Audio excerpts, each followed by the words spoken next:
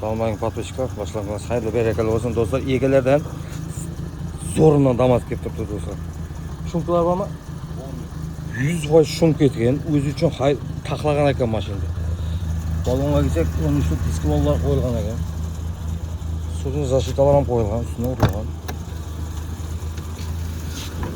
Nelar ham qo'yilgan. 19 ming kilometr turibdi. Monitorlar var. Malibu bar deymi, tracker bar deymi qo'yilgan. Mana arqalar dostlar. Zo'r sasdan turibdi. Bezprovodnik zaryadchiklar bor ekan, ishlarni ko'rsataman bir qator. Mana ko'rinish dostlar. Nelar ham qo'yilgan, mana nu deydi. Поставкалар. Barlar hamma zati bor. Xullas.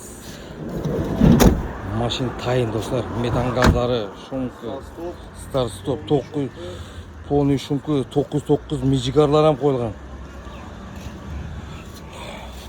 Oyoq qo'yatan nelar ham qo'yilgan. Dostlar, buning бағасini aytaman hozir. Бағасы 92 dan kelishlarmi? 92 millionga kelishib chiroyli beramiz deydi. Mana kimga shunday chiroyli tayin mashina kerak bo'lsa, televizor. Telefonimiz 90 dan 595 1100 raqamga telefon, Telegram, WhatsApp bor dostlar. Barter avtokredit bor, bemalol qachon barterga hisoblab olamiz. Kanalda kim yangi bo'lsa, obuna bo'lsa, bir like bosishni unutmanglar dostlar.